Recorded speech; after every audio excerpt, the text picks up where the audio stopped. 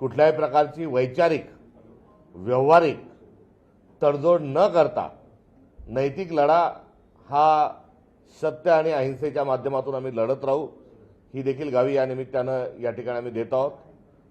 नगरपालिकेमध्ये निवडून आलेल्या 41 नगराध्यक्ष, 106 नगरसेवक आणि काल संपन्न झालेल्या महानगरपालिकेतील 343 नगरसेवकांचं आम्ही अभिनंदन करतो।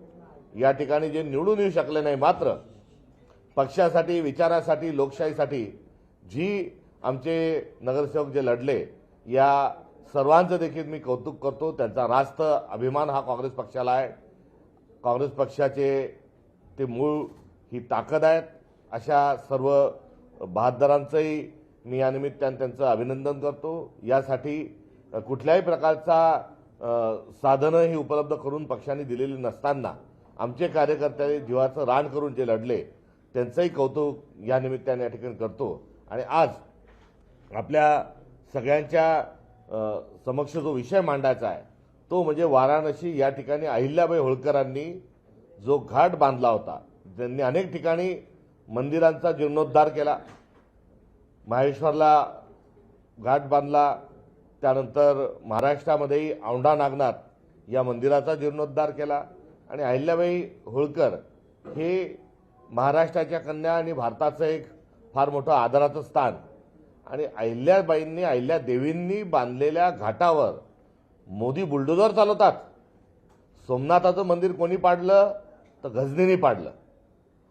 वाराणसीपुरते, काशीपुरते नरेंद्र मोदी हे गझनी आहेत आणि या गझनींनी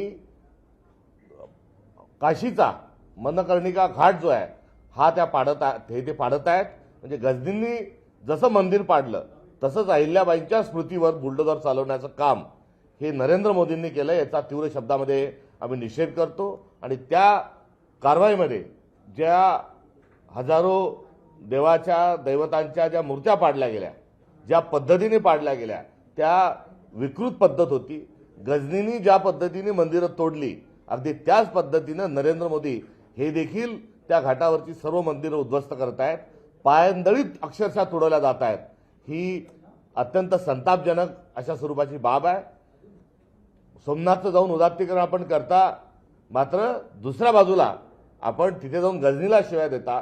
गझनीच्या बद्दल आपण जे बोलता तिथूनच ते गझनीचा भूत आपण नरेंद्र मोदी साहेब हे अंगात त्यांच्या शिरलंय का? आणि त्या शिरलेल्या भूताकरवी त्यांच्या अंगात गझनी येऊन त्यांनी हे मंदिरं काशीची पाडले आहेत का? हा एक तीव्र आमचा आक्षेप आणि संताप या निमित्त आम्ही व्यक्त करतो। या घटनेचा आम्ही निषेध या ठिकाणी करत आहोत। आमचा ओबीसी जे महाराष्ट्राचा जो विभाग आहे त्या विभागाच्या वतीनं, आदिवासी विभागाच्या वतीनं हा निषेध आम्ही या ठिकाणी करत आहोत। आणि या संदर्भामध्ये काँग्रेस तीव्र आंदोलन छेडेल। प्रसंगी आम्ही देखील काशीला जाऊन त्या ठिकाणी आत्मक्लेशाच्या अनुषंगानं आणि या घटनेच्या निषेधाच्या अनुषंगानं त्या ठिकाणी आम्ही आंदोलन देखील पुकारू। गेल्या काही दिवसांमध्ये महाविकास आघाडी सरकारला महाराष्ट्रातल्या समाजातल्या काही विशिष्ट घटकांनी पाठिंबा देत सभा घेतलेल्या होत्या। त्यापैकी एका व्यक्तीनं एक ट्विट केलेलं आहे ज्यामध्ये म्हटलेलं आहे की काँग्रेसमुळे ठाकरे बंधूंनी मुंबईमध्ये 30 पेक्षा जास्त जागा ह्या गमावल्या, चौथा सुभा मांडला काँग्रेसनं मुंबईत, त्यामुळे महाविकास आघाडीचं नुकसान झालं, पिछाडी झाली आणि याचा थेट भाजपला फायदा झाला। निवडणुकीच्या निकालामध्ये जे अपेक्षित यश आहे ते काँग्रेस पक्षाला मिळू शकलं नाही संख्यात्मक बाबीत। आणि ते न मिळण्याच्या मागची जी कारणं आहे त्याचा प्रसंगी आम्ही उहापोह केलेला आहे। मी या मुंबईच्या निकालाच्या अनुषंगानं सर्वात आधी मी राहुल नार्वेकरांचं अभिनंदन करतो की त्यांनी ज्या पद्धतीनं जाऊन स्वतःच्या बहिणीला, भाऊजाईला आणि भावाला निवडून आणण्याकरता केलेला जो खटाटोप होता तो त्यांचा यशस्वी झाला।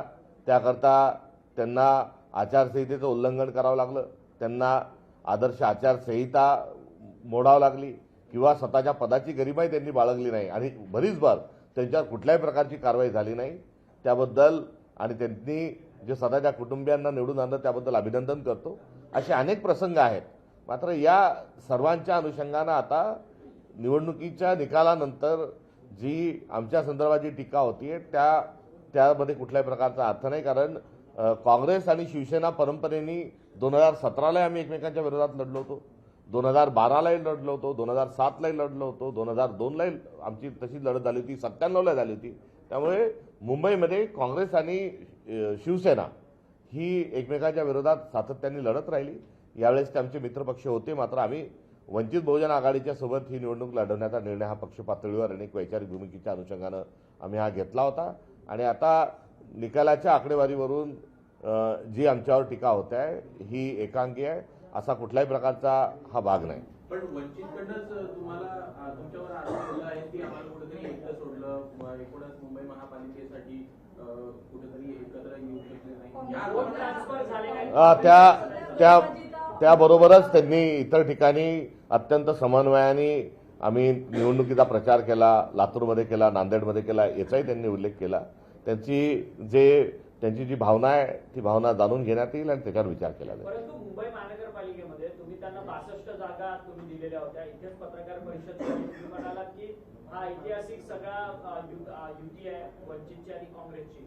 परंतु 62 जागा दिल्या, त्याच्यानंतर ऐनवेळेस त्यांनी तुम्हाला 16 जागा रिटर्न केल्या. जवळपास 45 जागांवरती ते लढत होते, तरी देखील त्यांना एकही जागांवरती जिंकता आलेलं नाही.